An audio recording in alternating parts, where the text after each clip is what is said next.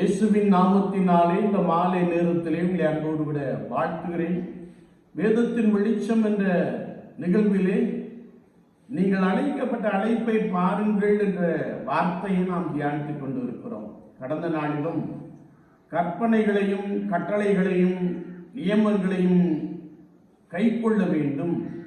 அப்படி கை கொண்டால் ஆண்டவர் திரளான ஆசீர்வாதங்களினாலே உங்களை ஆசீர்வதிக்கிறார் என்று சொல்லி நாம் தியானித்தோம். இன்றைக்கும் லேவியராகமத்தின் புஸ்தகம் 26ஆம் அதிகாரம் 14-15 வசனங்களை நாம் வாசிக்கின்ற பொழுது, நீங்கள் என் கட்டளைகளையும் என் கற்பனைகளையும் என் உடன்படிக்கையையும் கை கொள்ளாமல் மீறினால் நான் உங்களுக்கு செய்வது என்னவென்றால், கண்களை பூத்து போக பண்ணுகிறதற்கும் இருதயத்தை தூரப்படுத்துகிறதற்கும் திகிலையும் ஈழையையும் காய்ச்சலையும் உங்களுக்குள் வர பண்ணுவேன்.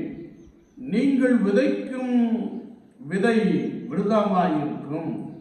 நான் உங்களுக்கு விரோதமாய் என் முகத்தை திருப்புவேன் என்று சொல்லுகிறார். என்னை கேட்டுக்கொண்டு இருக்கிற என் அன்பு சகோதரனே சகோதரியே, விசுவாச வாழ்க்கையிலே கர்த்தராகிய இயேசு கிறிஸ்துவை பின்பற்றும்படியாய் நாம் அழைக்கப்பட்டு இருக்கிறோம்.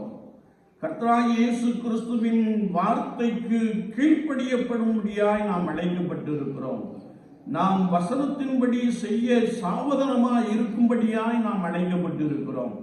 அப்படி நாம் செய்யாவிட்டால் ஆண்டவர் நமக்குள்ளே பலவிதமான வேண்டாத காரியங்களை குறித்து அனுப்புவேன் என்று சொல்லுகிற ஒரு வார்த்தையை நாம் வாசிக்க முடியும். ஒருவேளை தேவனை அறியாத ஜனங்களை குறித்து ஒன்றுமில்லை. ஆனால் கர்த்தராகிய இயேசு கிறிஸ்துவை நன்றாய் அறிந்து அவருடைய கட்டளைகளையும் கற்பனைகளையும் உடன்படிக்கையையும் மீறினால் அவர் ஒருவேளை விரும்பத்தகாத அநேக சம்பவங்கள் நடக்கும் என்பதை குறித்து பரிசுத்த வேதாகமத்திலே நாம் தெளிவாய் வாசிக்க முடியும். ஒருவேளை அங்கே இருதயத்தை தூரப்படுத்துகிறதற்கும் என்ற வார்த்தை இருதய வலியை குறித்து சொல்லுகிறது. ஒருவேளை நடந்திருக்கின்ற சம்பவங்களை பார்த்து கண்கள் பூத்து போகும் என்று கர்த்தருடைய வார்த்தை சொல்லுகிறது. விசுவாச வாழ்க்கையிலே நான் ஆண்டவராகிய இயேசு கிறிஸ்துவை சொந்த இரட்சகராக ஏற்றுக்கொண்ட அனுபவத்திலே வேதத்தின்படி நடக்கிற உத்தம மார்க்கத்தாராய் காணப்படுகிறோமா, அல்லது கர்த்தருடைய கற்பனைகளையும் கட்டளைகளையும் நியாயங்களையும் அசட்டை பண்ணுகிற ஒரு நபராக காணப்படுகிறோமா? அசட்டை பண்ணினால் ஆண்டவர் உங்களுக்குள்ளே பலவிதமான சம்பவங்களை அனுமதிக்கிறார் என்று வசனம் சொல்லுகிறது. நாம் எப்படிப்பட்டவர்களாக காணப்படுகிறோம்?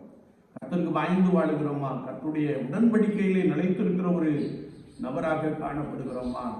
கர்த்தரோடு கூட இருக்கிற ஒரு நபராக காணப்படுகிறோமா? சற்று நம்மை நாமே ஆராய்ந்து பார்ப்போம்.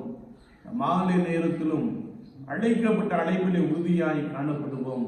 ஆண்டவர் நம்மையும் நம்முடைய தேசத்தையும் பலமாய் ஆசீர்வதிப்பாராக. ஆமென், ஆமென்.